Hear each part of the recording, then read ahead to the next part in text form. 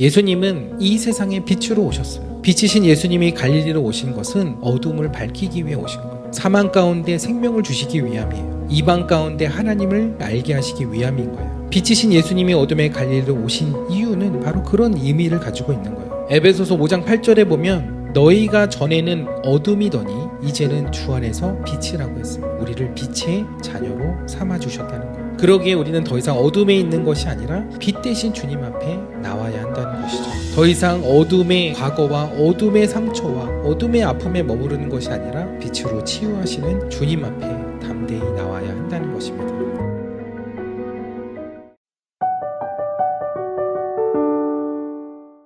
오늘 대강절 마지막 주일을 보내고 돌아오는 이제 수요일날 저희가 성탄절로 지키게 됩니다. 그래서 이제 뭐 다 성탄절에 관한 메시지들이 교회에서는 이제 전해지는 그런 시즌이 되었죠. 근데 여러분, 복음서가 뭐죠?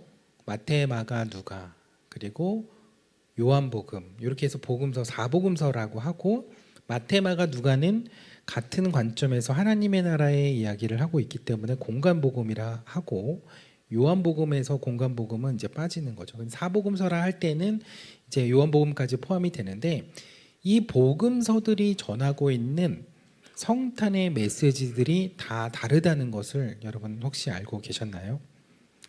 보통 우리가 잘 알고 있는 성탄의 이야기들은 보통은 마태복음과 누가복음에 나오는 이야기들입니다. 왜냐하면 아기 예수님의 탄생 이야기는 마태와 누가복음에만 기록되어 있기 때문이에요. 그래서 예수님의 탄생에 대한 영화나 연극은 모두 마태와 누가의 기록을 바탕으로 만들어진 것입니다. 여러분들이 그냥 성경을 무심코 읽으셔서 지나쳤을지 모르겠지만 복음서 중에 가장 먼저 기록이 되는 것으로 알려진 이 마가복음에 보면요, 예수님의 탄생에 대한 기록이 전혀 나오지를 않습니다. 알고 계셨어요? 예수님의 탄생뿐만 아니라 예수님의 어린 시절에 관한 어떤 기록도 찾아볼 수가 없습니다. 그래서 마가는 단도직입적으로 이렇게 시작해요. 하나님의 아들 예수 그리스도의 복음의 시작이라. 그리고 예수님의 공생의 이야기가 계속 시작되는데 바로 세례 요한 이야기 나오고 세례 받으시고 바로 공생의 이야기로 이어집니다. 마가복음이 예수님의 탄생을 전하지 않는 이유는 마가복음의 중요한 주제, 마가복음이 정말 중요하게 전하려고 하는 그 메시지가 예수님의 고난과 십자가 그리고 부활에 있기 때문입니다. 반면에 마태복음과 누가복음은 그 예수님이 메시아됨을 이야기하는 데 있어서 이 탄생 이야기가 중요하기 때문에 그 이야기를 다루고 있는 것이죠.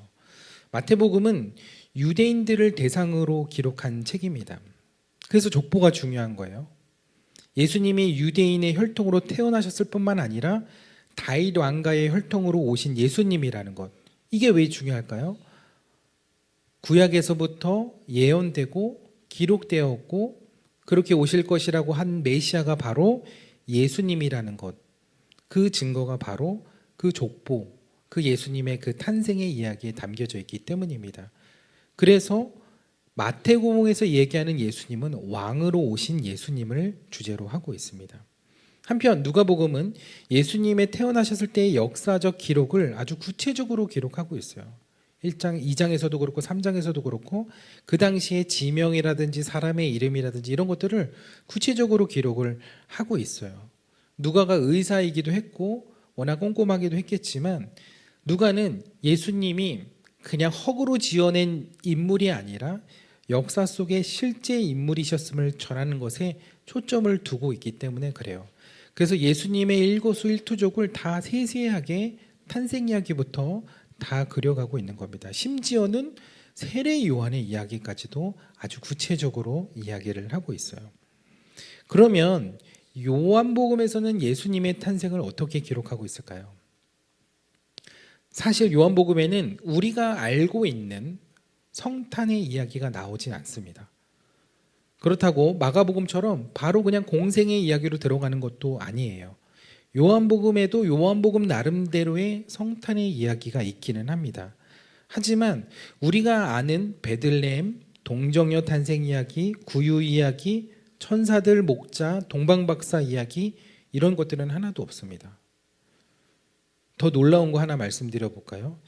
요한복음에는 어머니 마리아나 요셉의 이야기가 나오지 않습니다. 물론 어머니가 등장하죠. 근데 제가 말씀드리는 것은 그 어머니의 이름이 나오지 않는다는 거예요. 성탄에 대한 이야기, 예수님이 탄생하신 이야기를 하면서 마리아와 요셉의 이야기가 나오지 않는다는 게 굉장히 의외인데, 제가 혹시나 해서 요한복음을 다 찾아봤는데 요한복음에 예수님의 어머니인 마리아의 이름이 단 한 번도 나오지 않습니다. 찾으신 분이 있으면 저한테 얘기해 주세요. 다른 어머니 말고 다른 마리아의 이름은 나온 적이 있어요. 근데 예수님의 어머니의 이름이 언급된 적이 단 한 번도 없다는 거예요. 예수님의 어머니 마리아의 이름이 한 번도 밝혀지지 않고 있다는 거예요. 그냥 예수님의 어머니라고만 되어 있을 뿐이에요. 근데 왜 요한복음에는 어머니의 이름이 이야기되지 않고 있는 걸까요? 어머니 마리아에 대한 관심이 없어서일까요? 그 이유는 요한복음은 예수님이 바로 하나님이심을 말하는 것에 중요한 주제가 있기 때문에 그렇습니다. 예수님이 이 땅에 오셔서 인간의 몸을 입고 오셨지만 그분이 바로 하나님이시다라는 것을 강조하기 위해서라는 거죠. 이것을 조금 어려운 말로 인카네이션, 성육신이라고 합니다. 들어보시긴 하셨죠? 예수님이 하나님으로부터 오신 분이라는 것, 하나님이 거룩하신 하나님이 인간의 몸을 입고 오신 분이라는 것, 그게 인카네이션 성육신인데 그것을 설명하는 것에 있어서 굳이 육신의 부모에 대한 이야기는 필요가 없었던 거죠. 그래서 요한복음의 성탄의 이야기는 이렇게 시작을 하고 있는 거예요. 태초에 말씀이 계셨는데 그 말씀이 곧 하나님이시고 그 하나님이 육신이 되어 우리 가운데 찾아오셨다. 근데 그분이 이 땅에 오실 때 그냥 오신 것이 아니라 생명의 빛으로 오셨다고 이야기를 하고 있는 겁니다. 즉 어둠 가운데 있는 이 세상을 비추기 위해 그분은 빛으로 오셨다는 것이고 이것이 바로 요한복음의 성탄의 이야기인 것입니다. 우리가 성탄절하면 빼놓을 수 없는 찬송이 있죠. 성탄절도 그렇지만 새벽송 할 때는 더 빠지지 않는 찬송. 뭐예요? 고요한 밤, 거룩한 밤. 고요한 밤, 거룩한 밤, 어둠에 묻힌 밤. 이 찬송은 밤에 불러야 맛이 나는데 낮에 부르니까 느낌이 잘 안 살죠. 근데요, 이 찬송의 영어 버전의 가사는 조금 다릅니다. 영어 찬송의 가사를 보면요, 이렇게 돼 있어요. Silent night, holy night, all is calm, all is bright. 이렇게 돼 있어요. 온 세상이 다 고요했고 온 세상이 환하게 빛났다고 했습니다. 왜 그랬을까요? 예수님이 이 땅에 빛으로 오셨기 때문이라는 거죠. 그래서 2절 가사에는 이렇게 되어 있어요. Darkness flies, all is light. 어둠이 도망가고 온 세상이 밝아졌다. 그렇게 되어 있어요. 누구 때문에요? 빛으로 오신 예수님 때문에. 이 찬송이요, 오스트리아의 프란츠 그루버와 요셰프 모어라는 사람에 의해서 200년 전에 작곡 작사가 된 곡인데 원곡에 보면요, 이 찬송이 사실은 3절까지만 있어요. 근데 우리가 부르는 한국 찬송에는 4절까지 있거든요. 누가 이 4절 가사를 덧붙였는지는 확실히 알 수 없지만 그 한국교회 초기에 왔던 그 선교사들이나 그런 교회 지도자들이 아마 찬송가를 편집하면서 이거를 첨부했던 것으로 추정을 합니다. 근데 그 가사를 보면요, 고요한 밤, 거룩한 밤, 주 예수 나신 밤, 그의 얼굴 광채가 세상 빛이 되었네 라고 하고 있습니다. 제가 말씀드리고 싶은 것은 이 찬송가의 제목은 밤이지만 이 찬송의 주제는 밤이 아니라 사실 빛인 거예요. 어두운 세상에 빛으로 오신 예수님을 찬송하는 것이라는 거죠. 그래서 예수님이 탄생하신 이 밤은 어둠에 묻힌 밤이 아니라는 거예요. 오히려 그분으로 인해서 너무나도 환하게 밝은, 너무나도 환하게 빛나는 밤이었다는 겁니다. 왜냐하면 빛으로 오신 그 예수님으로 인해 모든 어둠이 물러갔기 때문입니다. 근데 오늘 말씀 10절에 보니까 그렇게 빛으로 오신 예수님을 세상이 알지 못했다고 했습니다. 알지 못했다고 이야기하지만 예수님에 대한 어떤 객관적인 지식, 예수님에 대한 인물을 몰랐다는 것이 아니죠. 예수님이 빛으로 오신 메시아임을 알지 못했다는 거죠. 사실 이스라엘 사람들은 예수님을 빛으로 오신 선지자요 그리스도로 인정할 수가 없었습니다. 그 이유 중 하나는 예수님이 갈릴리에서 활동하셨기 때문이에요. 이걸 이해하려면 이스라엘의 역사적 배경을 알아야 되는데 기원전 722년에 북이스라엘이 먼저 멸망을 하게 됩니다. 아수르라는 나라에 의해서 멸망하게 되는데 그때 가장 많은 피해를 봤던 지역이 갈릴리라는 지역입니다. 아수르는 자신들이 정복한 지역의 사람들을 다스리기 위해서 그쪽으로 강제 이주 정책을 썼는데 그래서 그곳에 많은 이방인들이 머물게 되었거든요. 그러다 보니까 유대인들, 이스라엘 사람들도 자신들의 어떤 민족성과 순수성을 지키지 못하고 다 혼혈민족이 될 수밖에 없었던 거예요. 그래서 갈릴리가 많은 이방인들과 섞여서 살게 되는 그런 곳이 되었다는 거죠. 그래서 그때부터 유대인들은 갈릴리를 이방의 갈릴리라고 부르게 되었고 그래서 이사야서의 말씀에서도 이방의 갈릴리라는 표현이 나오는 것입니다. 근데 당시 유대인들의 보편적인 사고는 이분법적 사고거든요.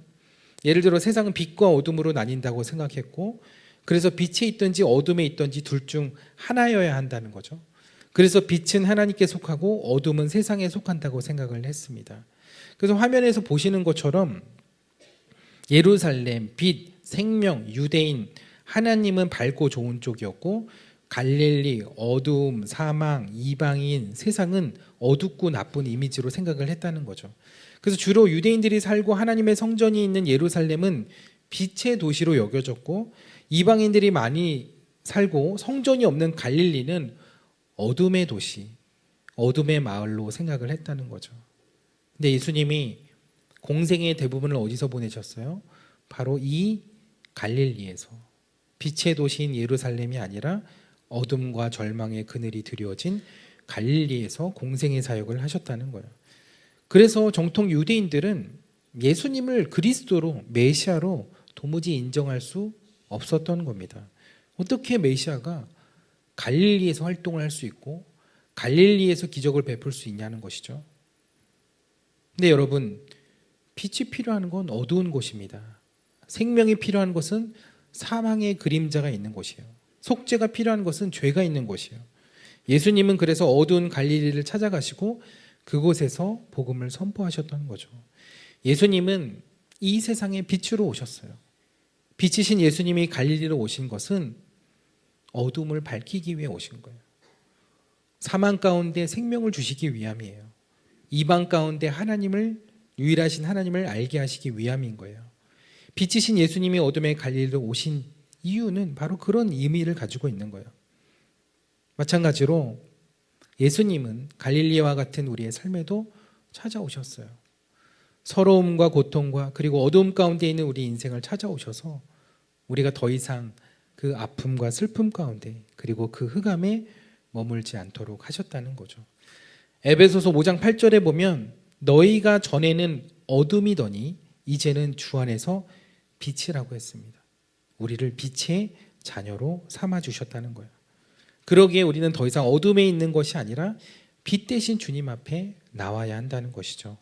더 이상 어둠의 과거와 어둠의 상처와 어둠의 아픔에 머무르는 것이 아니라 빛으로 치유하시는 주님 앞에 담대히 나와야 한다는 것입니다. 아까 보았던 이사야 말씀을 다시 보면요, 예수님께서는 이방의 갈릴리를 영화롭게 거룩하게 만드신다고 하셨어요. 예수님의 빛 아래 나오면 우리의 과거가 어떠하든지 우리가 어떤 어둠에 있었던지 우리를 거룩하게 만들어 주신다는 거예요. 그래서 2절 말씀에 흑암에 행하던 그 백성이 큰 빛을 보고 사막의 땅에 그늘진 땅에 거주하던 자에게 빛이 비쳤다고 이야기를 하고 있습니다. 오늘 저와 여러분의 삶과 여러분의 가정과 가문 가운데도 이 빛이 비춰지게 되기를 축복합니다. 빛이 비춰지면 어둠은 물러갑니다. 오늘 이 시간 우리의 삶에 그늘져 있는 그 사망의 권세와 모든 어둠의 권세가 예수 그리스도의 이름으로 떠나가게 되기를 축복합니다. 예수님께서 갈릴리로 오셨다는 것은 어두운 세상에 빛을 비추시기 위해 오셨다는 것입니다. 유대인들만이 아닌 이방과 열방을 향하신 하나님의 구원의 계획을 이루기 위해 갈릴리로 오셨다는 거예요. 이것이 너무나 중요한 사실입니다. 그런데 예루살렘의 유대인들은 이방의 갈릴리에서 지내시는 나사렛 예수님을 메시아로 인정할 수 없었습니다. 그러면 갈릴리의 유대인들은요? 갈릴리 유대인들은 예수님을 메시아로 인정했을까요? 갈릴리의 유대인들도 예수님을 메시아로 인정은 했으나 예수님을 다른 메시아로 믿었습니다. 그들이 기다렸던 메시아상은 그들을 정치적으로 해방시켜줄 영웅이었어요. 그렇게 정치적 메시아로만 믿었던 그들이요, 예수님이 십자가에서 돌아가시게 되니까 하나같이 돌아서게 됩니다. 갈릴리 사람들은 외세의 피해도 많았고 영적으로도 차별과 멸시를 받았던 사람들이었기에 정말 한이 많았어요.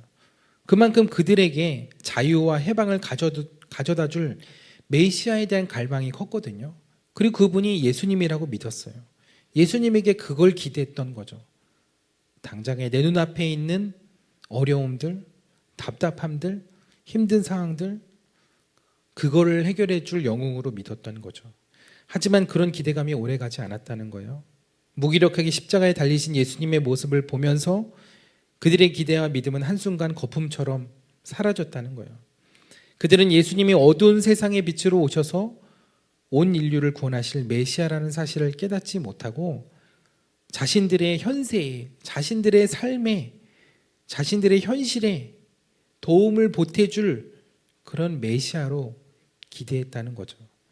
그런데 그런 예수님의 모습이, 메시아의 모습이 사라지자 예수님을 즉시 버리고 떠났으며 메시아는 아직 우리의 삶에 오지 않았다고 지금도 그렇게 믿고 있는 것입니다.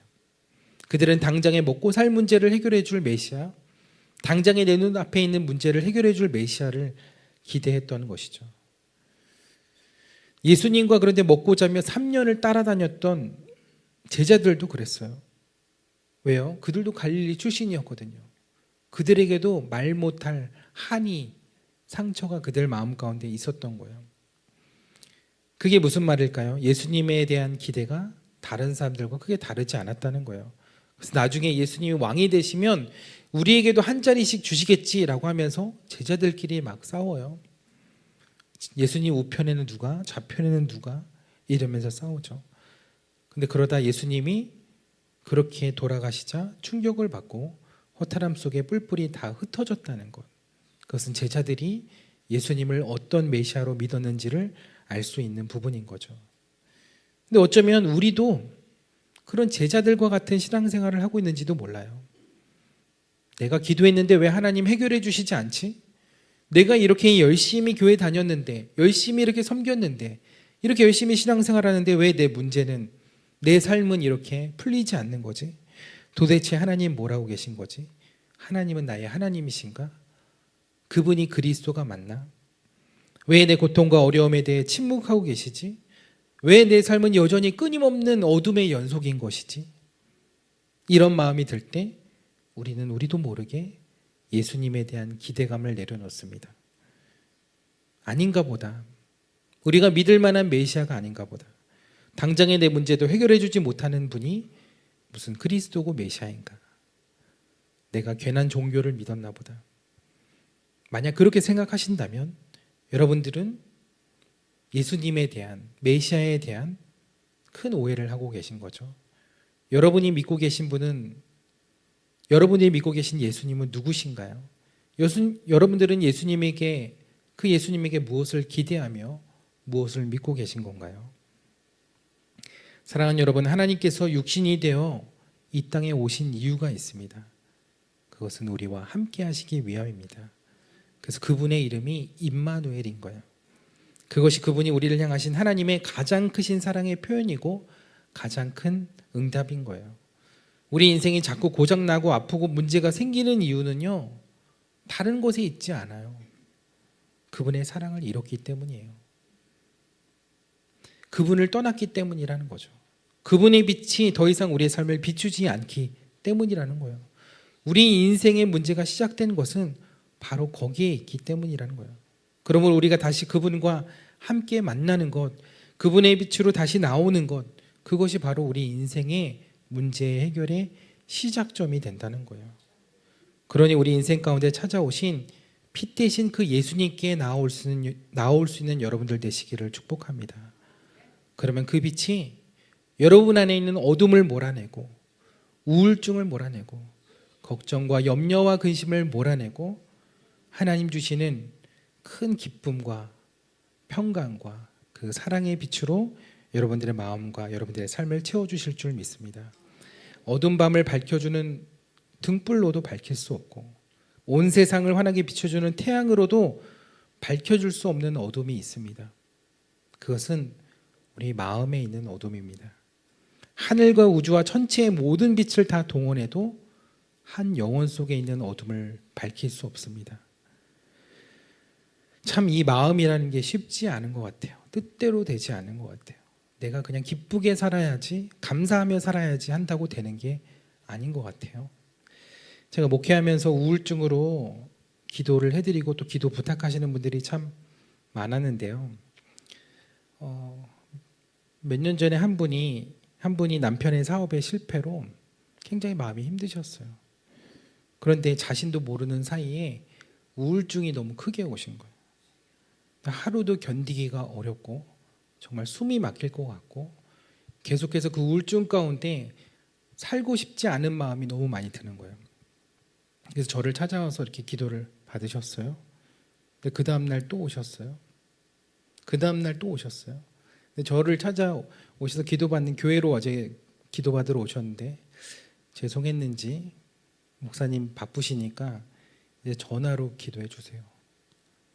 전화로 매일 한 번씩 기도해 주세요. 그래서 제가 한 달 동안 그분에게 매일 전화를 드리고 기도를 해드렸어요. 제가 그때 기도해드리면서 매일 기도해드리니까 그래도 좀 나아져야 되는데 이 나아지는 것 같지가 않은 거예요.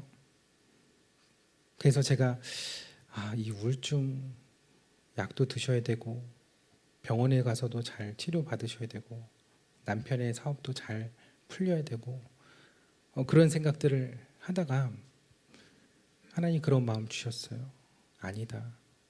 약으로 고칠 수 있는 거 아니다. 세상의 문제로 그 문제가 해결된다고 그 마음의 병이 고쳐지는 거 아니다.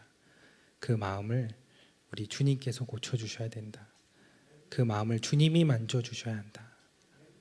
그러면서 제가 그 집사님을 위해서 기도해 드리면서 기도해 드리고 난 다음에 제가 기도문을 이렇게 제가 기도했던 내용을 가지고 기도문을 드리면서 이걸 보면서 마음이 힘들 때마다 기도하시라고 이 기도문을 드렸던 게 있어요. 제가 말씀을 준비하다가 이 기도문을 제가 우연히 보게 되었는데 오늘 말씀 가운데 여러분들과 하나님이 나눌 마음을 그렇게 주셨던 것 같아요. 그래서 그 기도문을 제가 여러분들에게 읽어드려 보겠습니다. 시편 42편 5절. 내 영혼아 내가 어찌하여 낙심하며 어찌하여 내 속에서 불안해하는가. 너는 하나님께 소망을 두라. 그가 나타나 도우심으로 말미암아 내가 여전히 찬송하리로다. 하나님 참 몸과 마음이 어렵습니다. 앞으로 가도 뒤로 가도 하나님이 안 계시는 것 같은 깊은 어둠 속에 있는 듯합니다. 그 어두움을 어떻게 헤쳐가야 할지 모르겠습니다. 그러나 그 어둠 속에서 여전히 우리의 삶을 붙드시고 우리를 빛 가운데로 인도하시는 하나님이심을 믿습니다. 아무도 의지할 수 없고 소망을 하나님께로만 둘 수밖에 없는 그때가 하나님의 일하심을 볼 때이며 하나님의 은혜를 경험하는 때임을 믿습니다. 이때 집사님과 남편분을 장중 가운데 더욱 붙들어 주시고 선하시고 좋으신 하나님을 믿음으로 고백하며 여전히 찬송하게 하여 주옵소서. 특별히 근심 가운데 있는 집사님의 마음을 위로하여 주시고 만져주셔서 그 마음에 다시금 기쁨과 감사가 회복되게 하여 주옵소서. 오직 기도와 말씀 가운데 무엇보다 영혼이 새 힘을 얻게 하시고 모든 질고와 육신의 연약함에서 속히 벗어나며 몸과 마음을 회복할 수 있도록 주님 역사하여 주옵소서. 예수 그리스도의 이름으로 명하노니 집사님의 마음에 우울하고 불안한 마음들은 떠나갈지어다. 주님 함께 하시니 모든 염려와 수심의 구름들이 떠나가게 하여 주옵소서. 우리 인생의 참 주인 되시고 길이 되신 주님을 더욱 붙들게 하여 주옵소서. 두 자녀의 삶에도 임마누엘로 임하여 주셔서 늘 하나님과 동행하는 은혜가 있게 하시고 믿음의 아들들로 살아갈 수 있도록 성령께서 그 마음과 생각을 늘 주장하여 주옵소서. 우리의 모든 위기와 환난 가운데서도 우리의 삶을 끝까지 붙드시고 지키심을 믿으며 살아계신 우리 주 예수 그리스도의 이름으로 간절히 기도하옵나이다. 네, 이렇게 해서 기도문을 드렸는데 처음에는 아무런 변화가 없으신 것 같아요. 2주가 지나니까 그래도 조금씩 좋아지는 것 같고 마음이 왔다 갔다 하긴 하지만 회복이 되는 것 같다고 하시더라고요. 근데 한 달이 지나고 나니까 더 이상 기도를 이제 받으러 오시지 않았어요. 이제는 마음이 많이 회복되고 좋아지셨다고 하더라고요. 저는 그때 알았어요. 그게 약의 힘이 아니라는 걸. 여러분, 우울증 약이 얼마나 부작용이 많은지 몰라요. 우울증 약을 먹으면 당장에는 괜찮은 것 같지만 그 약을 끊는 순간 또 마음에 감당할 수 없는 어려운 시간들이 찾아옵니다.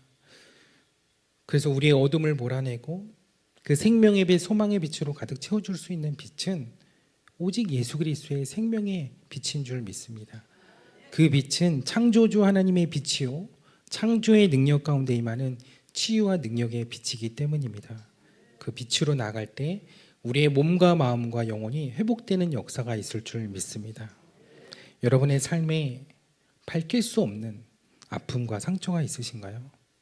어둡고 무거운 육신의 질병이 여러분들을 억누르고 있나요? 혹시 그런 어둠 속에서 여러분 홀로 계시다고 생각하시나요? 그러나 여러분은 혼자가 아닙니다. 예수님은 우리와 같은 육신의 질고를 지시고 고통 많은 이 세상 가운데 들어오셨어요. 왜요? 우리의 그 아픔과 슬픔에 함께 하시기 위해서입니다. 그래서 예수님은 지금 우리의 삶에 침묵하고 계신 것이 아니에요. 누구보다 여러분과 함께 하시고 그 아픔을 공감하고 계신 줄 믿습니다. 그냥 믿으라고 하면 믿지 못할 것을 하나님이 아시기에 인간의 몸을 입고 친히 이 땅에 오셨어요. 어둠의 갈릴리와 같은 우리 인생에 주님이 찾아오신 거예요. 아무도 찾아오지 않는 그 어둠 가운데 주님께서 찾아오시고 우리의 아픔과 우리의 슬픔과 우리의 고통을 함께 느끼고 계신 거예요. 그러니 그 하나님이 지금도 여러분과 함께 하심을 믿으시기 바랍니다. 요한복음 8장 12절에 나는 세상의 빛이니 나를 따르는 자는 어둠에 다니지 아니하고 생명의 빛을 얻을 것이라고 하셨어요. 또 12장 46절에 나는 빛으로 세상에 왔나니 물은 나를 믿는 자는 어둠에 거하지 않게 하려 함이라고 하셨습니다. 그러면 여러분 그 어둠에 다니지 마시고 그 어둠에 머물러 있지 마시고 그 어둠에 거하지 마시고 빛 대신 주님 앞에 빨리 나오시기 바랍니다. 그 주님을 따라가다 보면 어느새 그 어둠이 사라지고 빛의 길로 나온 여러분들을 보게 될 줄 믿습니다. 2024년을 돌아보면서 누구에게나 어둠의 터널들은 있었을 겁니다. 누구의 터널은 한없이 길고 누구의 터널은 빛조차 희미합니다. 그러나 끝날 것 같지 않은 그 터널에도 반드시 끝이 있습니다. 그 터널의 길이는 다 다르겠지만 향하는 길은 같아요. 그곳은 빛이 비추어지는 곳입니다. 빛 대신 주님이 계신 그곳이에요. 그러기에 우리가 그 어둠의 터널에서 좌절하고 주저앉아 있을 것이 아니라 빛 대신 주님을 향하여 우리가 한 걸음 한 걸음 더 나아가야 할 줄 믿습니다. 남은 한 해를 또 새로운 한 해를 또 주님이 우리에게 찾아오신 빛 대신 그 주님을 바라보면서 주님과 동행하며 또 그렇게 남은 한 해를 또 새해를 소망 가운데 믿음 가운데 걸어가시는 여러분 모두가 되시기를 주님의 이름으로 축원합니다. 우리의 삶에 도무지 해결할 수 없는 여러 가지 어려움들로 또 힘들고 어두운 터널을 지나가고 있는 분들이 있을지 모르겠습니다.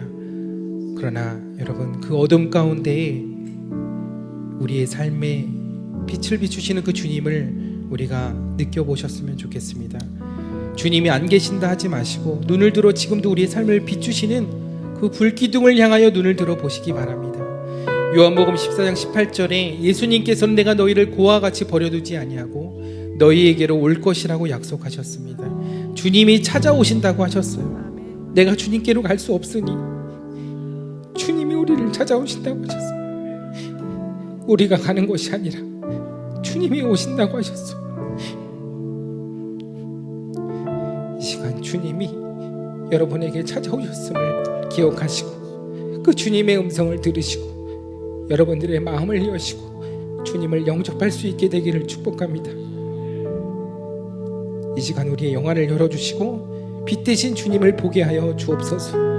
영원히 빛나는 그 주님의 빛이 우리의 삶에, 우리의 가족에, 우리의 일터 위에 임하게 하여 주옵소서. 그 주님의 영광의 빛이 우리의 삶에 임하게 될 때 치유의 강선을 발하여 주시고 회복의 강선을 발하여 주시고 우리의 삶이 주님의 은혜로 주님의 빛으로 회복되는 역사와 은혜가 있게 하여 주옵소서.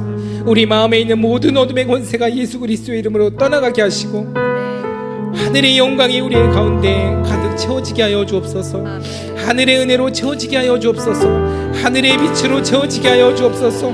우리 마음의 어두운 마음들, 염려와 걱정과 근심의 권세들이 떠나가게 하여 주시고 주님의 마음으로 임마누엘의 주님이 우리와 함께 하심을 믿는 그 믿음으로 우리가 주님 앞에 나아가기를 원합니다.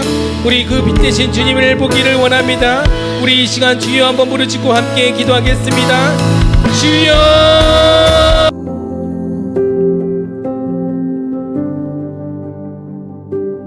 When I wake, I know you are with me. In the dark, I can almost see you clearly. Every day, you're singing over me. Like water, my love runs free. Oh, there is nothing like your love.